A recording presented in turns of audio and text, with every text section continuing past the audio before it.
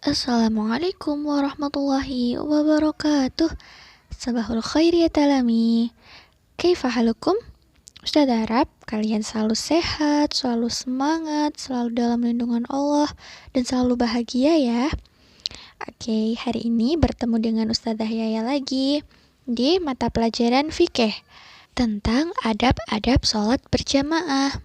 Yang pertama, kita akan membahas poin adab berangkat ke masjid. Jadi, kalau kita berangkat ke masjid itu ternyata ada adab-adabnya juga loh, Dek. Adab yang pertama yaitu bersuci dan memakai wangi-wangian. Jadi, disunahkan kita untuk membersihkan diri dulu, untuk menggunakan pakaian terbaik dan memakai wangi-wangian, pakai parfum sebelum kita ke masjid, sebelum kita melaksanakan sholat berjamaah di masjid. Seperti firman Allah dalam surah Al-A'raf ayat 31, A'udzu billahi minasyaitonir rajim. Ya bani Adam khudhu zinatakum 'inda kulli masjidin wa kulu washrabu wa la yusrifu innahu la yuhibbul musrifin. Wahai anak cucu Adam, pakailah pakaianmu yang bagus pada setiap memasuki masjid. Makan dan minumlah, tetapi jangan berlebihan. Sungguh Allah tidak menyukai orang-orang yang berlebih-lebihan.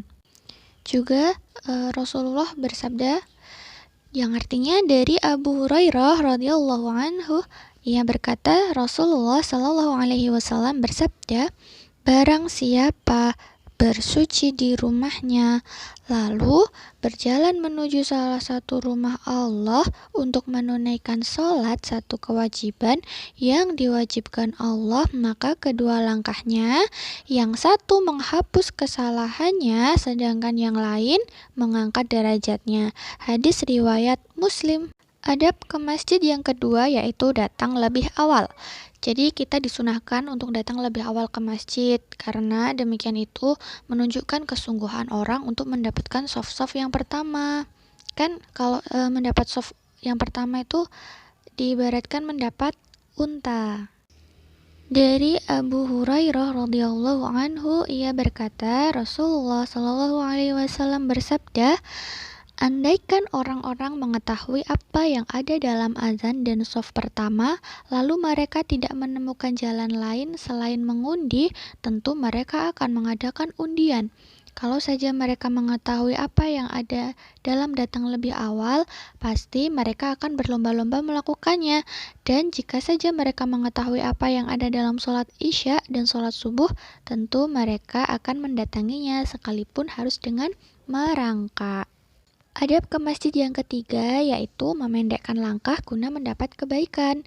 Jadi, setiap langkah yang kita jalankan dalam perjalanan menuju sholat berjamaah di masjid, dari rumah ke masjid, itu amalan yang menghapuskan dosa dan mengangkat satu derajat.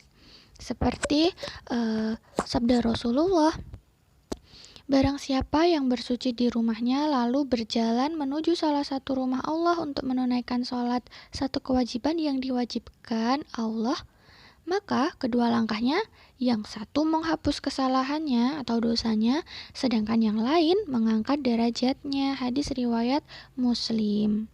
Jadi ini hadis juga menerangkan keutamaan untuk berjalan kaki menuju masjid, karena setiap langkahnya itu dihitung pahala yang bisa menghapuskan dosa dan mengangkat derajat manusia di mata Allah gitu ya. Adab ke masjid yang terakhir yaitu berangkat ke masjid dengan tenang. Jadi kita kalau berangkat ke masjid itu hendaknya berjalan dengan tenang, tidak boleh terburu-buru. Rasulullah bersabda, apabila kamu mendengar iqamah, hendaklah kalian pergi untuk menunaikan sholat dengan tenang dan pelan, serta jangan terburu-buru. Rakaat yang kalian dapati, kerjakanlah, sementara rakaat yang luput, sempurnakanlah. Jadi dulu ada sebuah kisah ketika Rasulullah mendirikan sholat berjamaah di masjid, lalu ada salah satu orang yang terlambat ke masjid. Kita kalau udah ketinggalan gimana? Lari-lari ya? Padahal ternyata nggak boleh.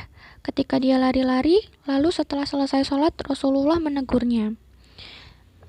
Terus ditanyain, kenapa kok lari-lari gitu.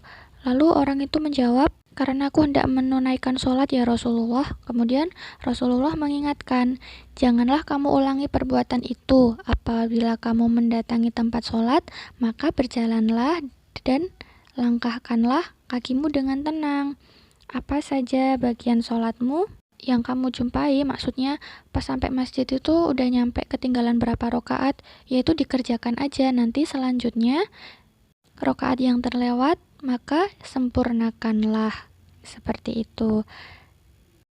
Saya rasa untuk hari ini cukup sekian dulu ya anak-anak. Tetap semangat belajar dari rumahnya. Banyak-banyak berdoa ya supaya kita segera bertemu di kelas. Ustazah udah rindu sama anak-anak. Jangan lupa mengaji dan sholat duhanya ya. Dan rajin membantu mama ayah di rumah. Sudah akhiri. Wassalamualaikum warahmatullahi wabarakatuh.